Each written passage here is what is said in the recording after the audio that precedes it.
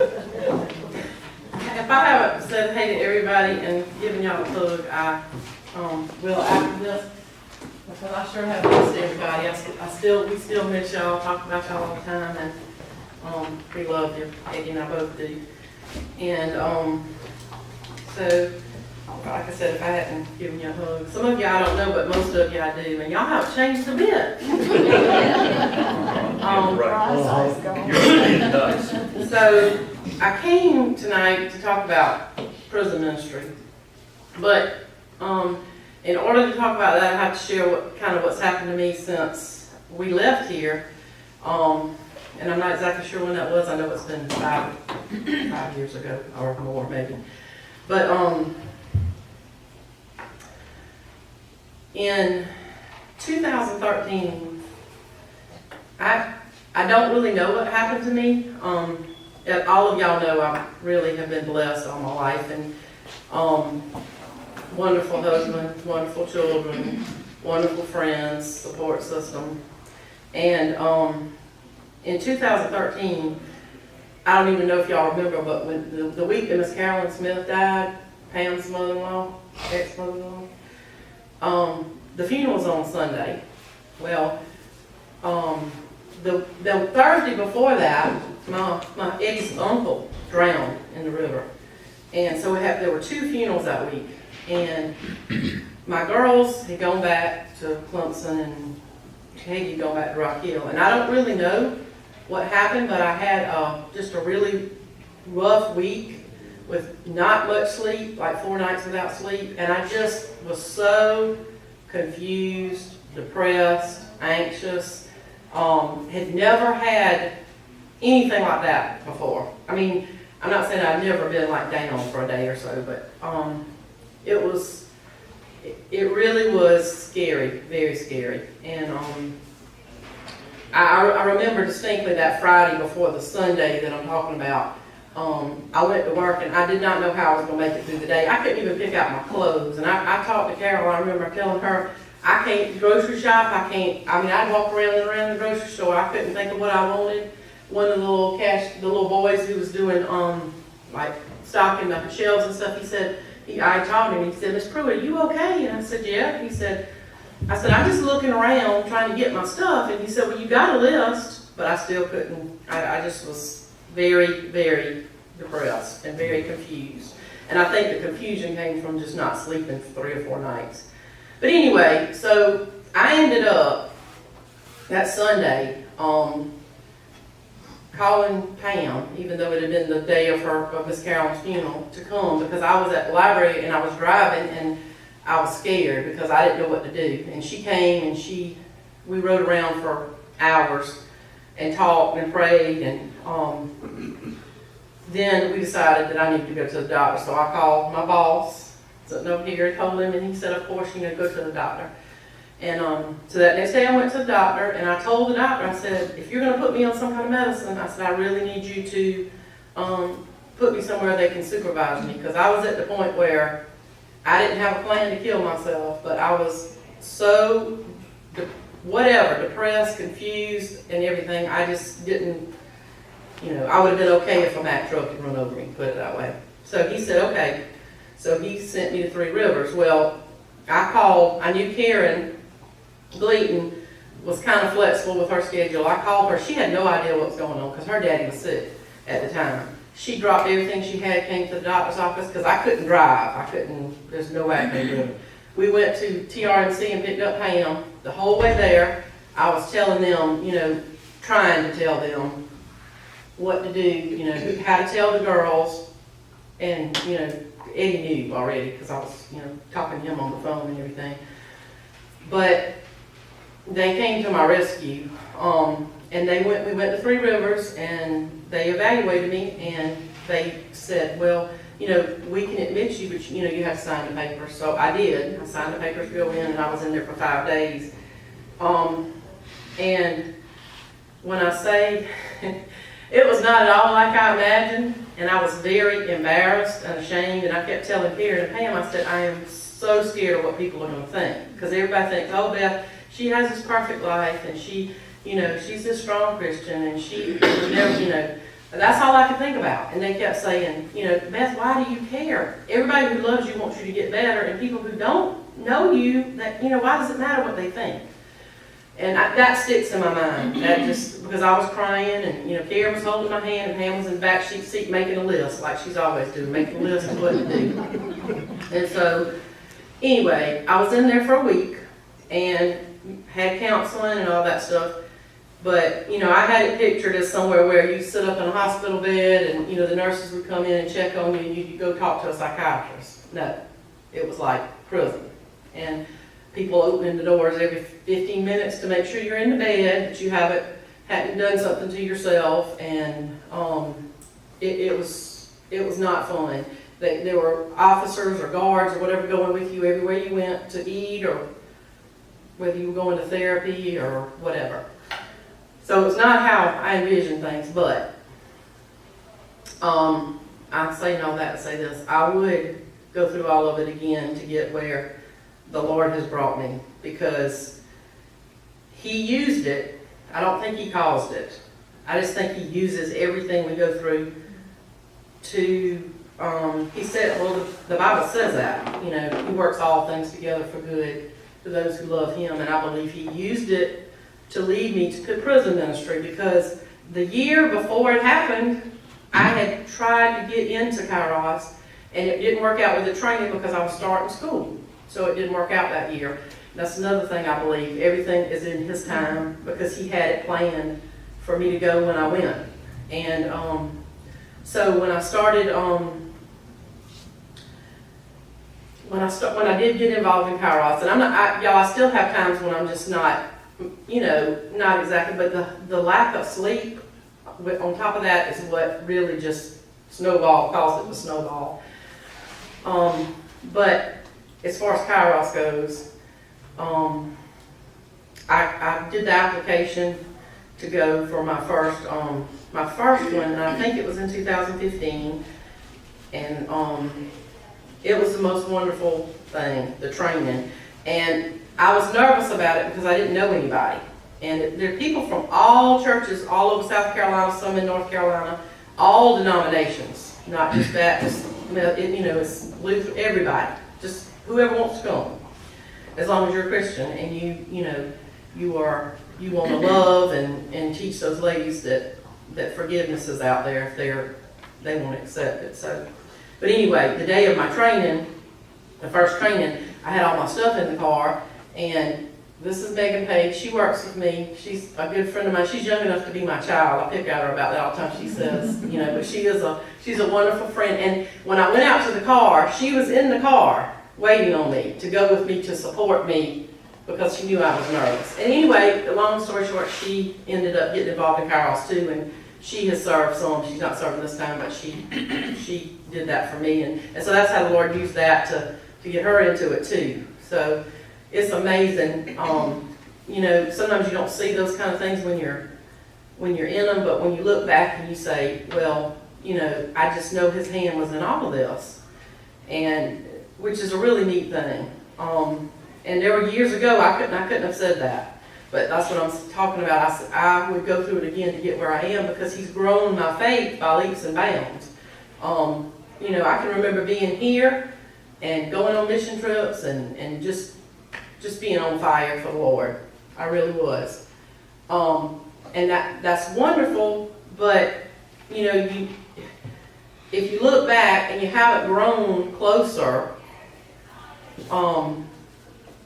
that's when, you know, when you need to be concerned, because I just feel like He's used all the things that have happened to me to bring me closer to Him. And that's kind of my story since I left here.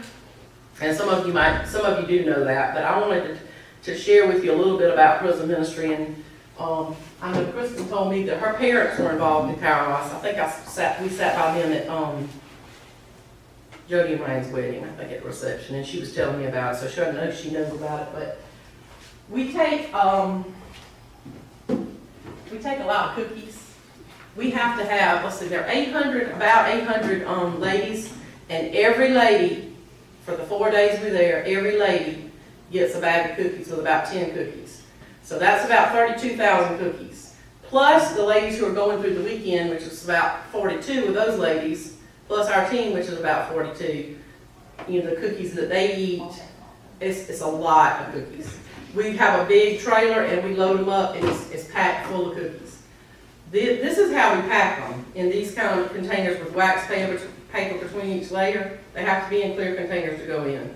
If you buy cookies, like these are some cookies that Pam left and some things, we'll just put these in clear plastic containers or in clear plastic bags. Everything has to be clear the way it's in there. These are wonderful because we don't really have to repack these. We can just take them in like this. And we usually have these stacked up to the ceiling. When we start bringing stuff in, these and pretzels that are in these and pork rinds, they're packed. I mean, like they're stacked up to the ceiling in the building that we take. And we have an assembly line of about 40 people loading the cookies on Thursday before we go in. And so anytime, I'm leaving next Wednesday. But if you want to, to buy something like that, that would be wonderful. Oreos, they love those. They love homemade cookies too. Also, if you would like to donate, you can donate, because I think it's like $5 a meal. The whole weekend costs like $9,000. So, but the meals are like $5, and we have a lot of people at our church that'll just donate money for one of the meals. But it's a wonderful ministry, and we go in on Thursday, we meet the ladies, and they are usually very, very standoffish, and they don't really want to say a whole lot Thursday or Friday. But Saturday, after having, sitting at a table with the team members, and they're usually 6 participants or residents of the prison, and then 3 of us, a clergy person, a table leader, and an assistant table leader, and then we have a servant who brings the cookies and hot chocolate and all that stuff, coffee and everything to everybody. So the whole weekend, the theme of the weekend is just listen, love, love, and we just listen to them. And so the story that I have, the testimony that I have, I've been able to share with those ladies. And before I can remember years ago saying, Lord, nobody wants to hear my testimony because it's boring. Because, I got saved when I was 9, and, I grew up in a Christian family, and I married a Christian man, and, had children, and they're Christian. Nobody wants to hear that. And, but now I have a story to tell, and they really, really can relate to that, because a lot of them were depressed or are depressed, and a lot of them turn to drugs for that. And I'll never forget, I was in the cookie room serving as the observing cookie leader, and for the devotion on Sunday, the cookie room leader, I asked her if I could share my story for the devotion, or during devotion time. She said, well, that will just be the devotion. So I shared it. Well, there were 2 ladies in there in the cookie room from Camille. Both of them had, they were in there for child abuse.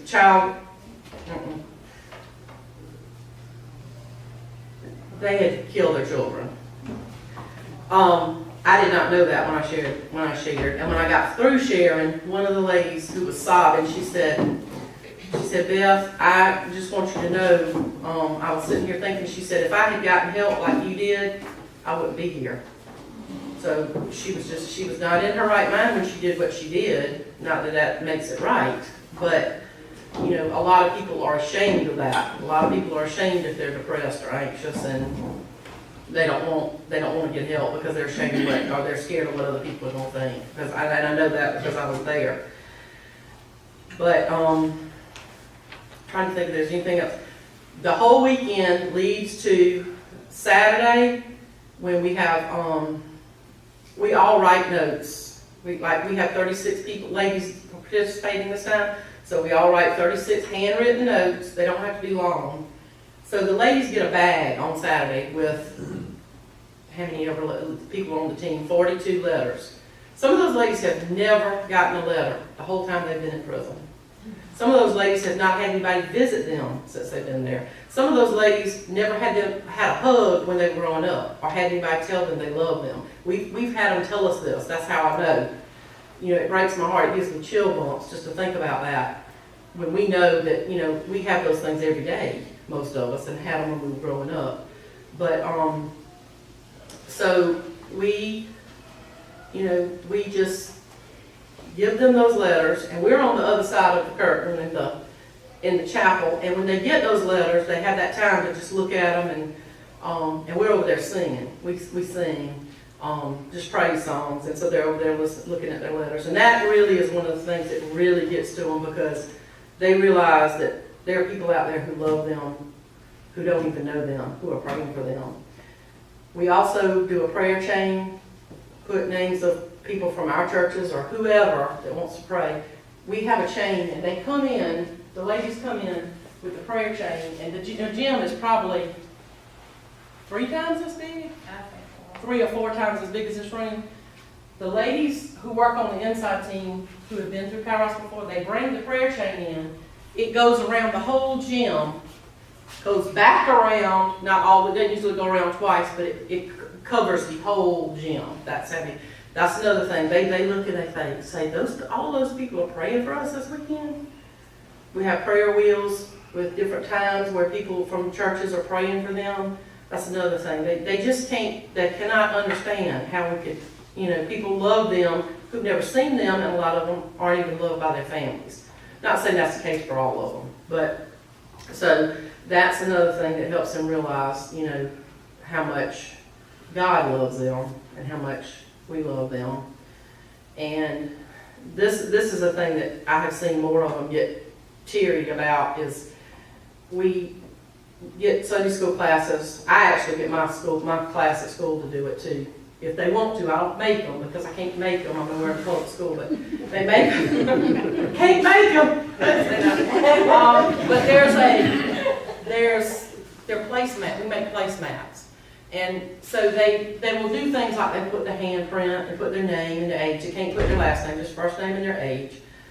So the residents get one of those at every meal, and so when they put it down in front of them and they see that a child has made that for them, some of them have never seen haven't seen their children in years and years and years. They start crying, and they said, and they'll look at each other's, and you know, it is amazing. It's an amazing time. I'm trying to think if that's all the things that the prayer chain, of course, all the cookies. They can't believe people actually made cookies, homemade cookies for them for the weekend. And then we also put down the little meal ticket showing that somebody sponsored their meal. And it just, by Saturday, you can see, actually by Friday night probably, they're starting to change. They're opening up, they're sharing in their groups, they're talking about things that they've been through. They're starting to realize that the Lord loves them, and that they can have that forgiveness, and that they can forgive themselves, which is the biggest thing that they have, you know, that they need to forgive themselves. And so they get a little piece of paper to write down people they need to forgive. And, you know, a lot of us tell them, you know, sometimes we have to put our name first, because we're the one, we need to forgive ourselves first. And then they'll make a list, and then in chapel that night, their table group goes up, and they put their little piece of paper in there, and the chaplain stirs it, and it dissolves. And they realize, you know, they have forgiven that person, because they put that person's name down, and they have forgiven that person. That night when they leave, they get a white bag of cookies called forgiveness cookies, and they are supposed to take those to the person on the compound who they need to forgive. Am I telling it right? Who they want to forgive. And when they do that, they tell them, you know, these are forgiveness cookies, and I forgive you. And the stories that we have heard about those forgiveness cookies and the impact that they make on the person because see, these people have not participated in Kairos, so they don't know about the forgiveness cookies. So that's just a little bit about Kairos, and I mean, I could talk about it for hours, but I know y'all want to sit here for hours. And like I said, I'm leaving Wednesday, and we just ask for your prayers, because that is the most important part of the ministry, without a doubt. We could not do it without prayer, because we see miracle. When I say miracle after miracle after miracle, you see ladies who they'll get up at open mic and say, nobody's ever loved me like this before. I've never experienced anything like this before. I didn't know anybody I could feel love like this. And that's what happens on Sunday at the closing. And people can come in. You just have to have a background check. If you ever want to come, let me know, because we go in March and in October. And the closing's always on that second Sunday in the month.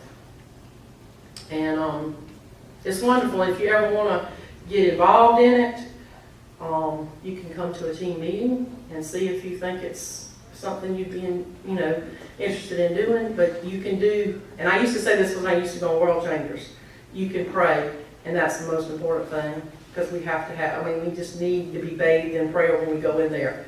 Because some of us go in there and we have our own things that we're dealing with.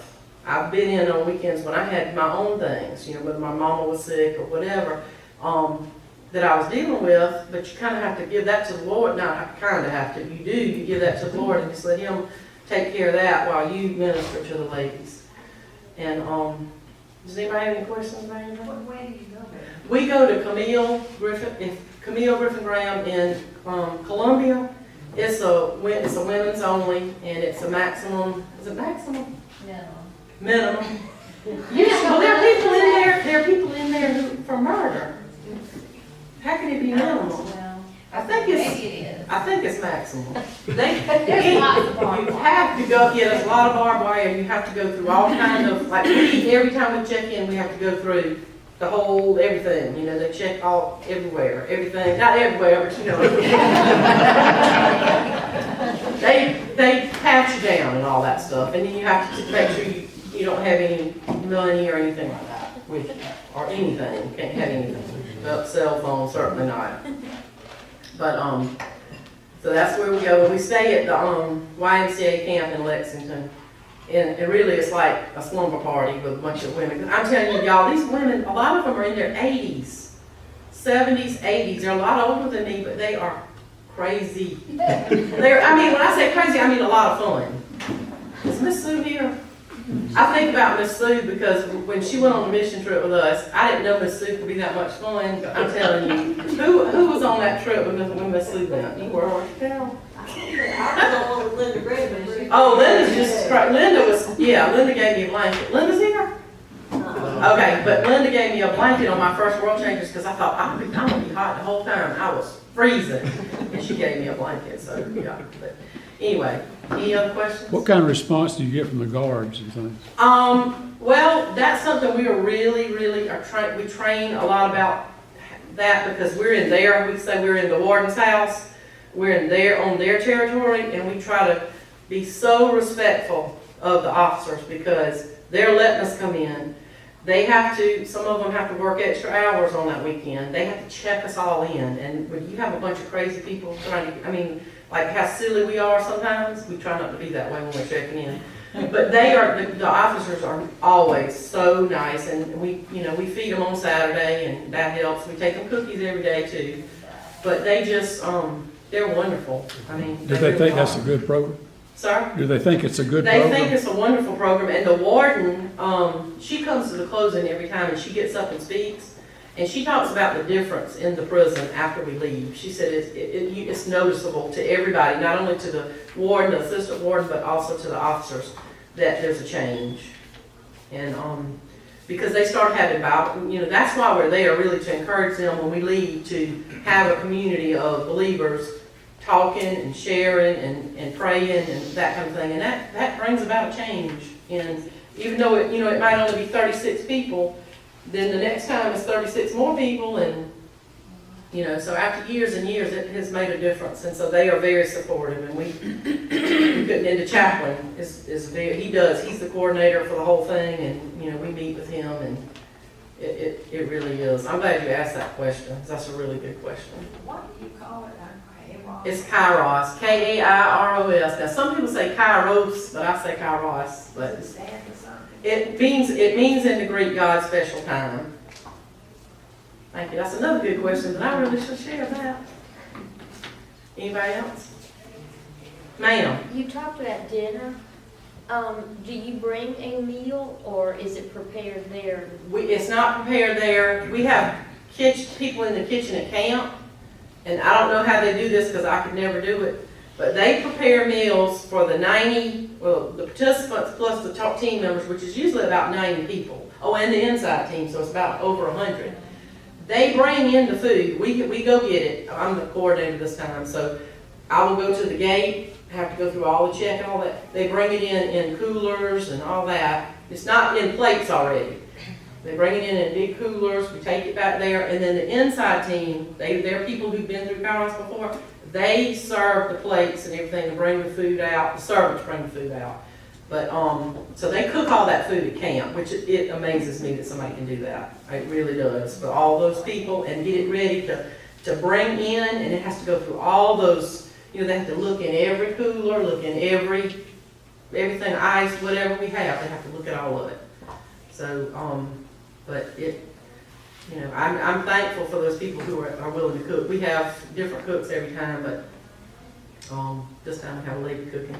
It's always, I don't mean any offense, but it's better when the ladies cook. I just have to say that. Where's Steve? We need to get Steve. We need to get Steve Morris to come cook. All right, that's what we need to do. Anybody else?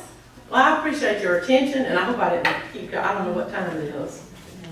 Okay, but I appreciate y'all listening, and I miss y'all, and just keep us in your prayers.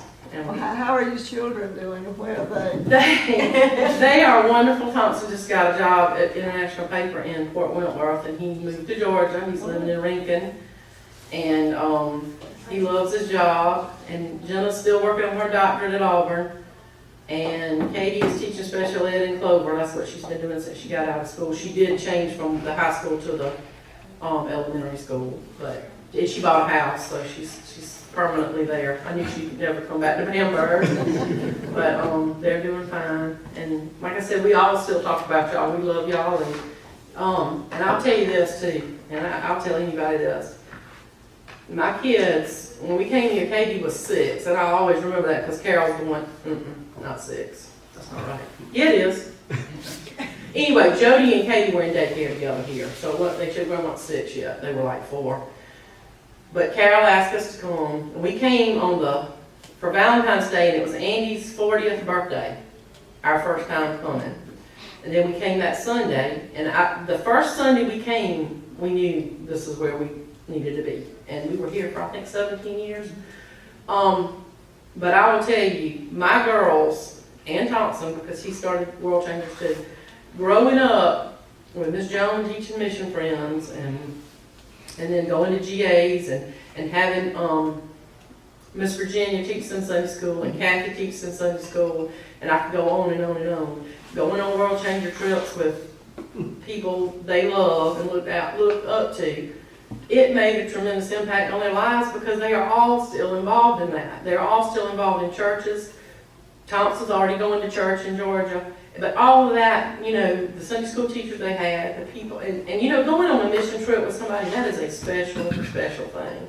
You get close to them. Jim still talk about Kathy and something about paint in some girl's hair. I mean, they remember those things. And a lot of you here went on mission trips with our kids, so I'm very, very thankful for everybody here and for this church and the impact it made on me, Eddie, and the kids. And I will always say that, and I always love you. So, thank y'all.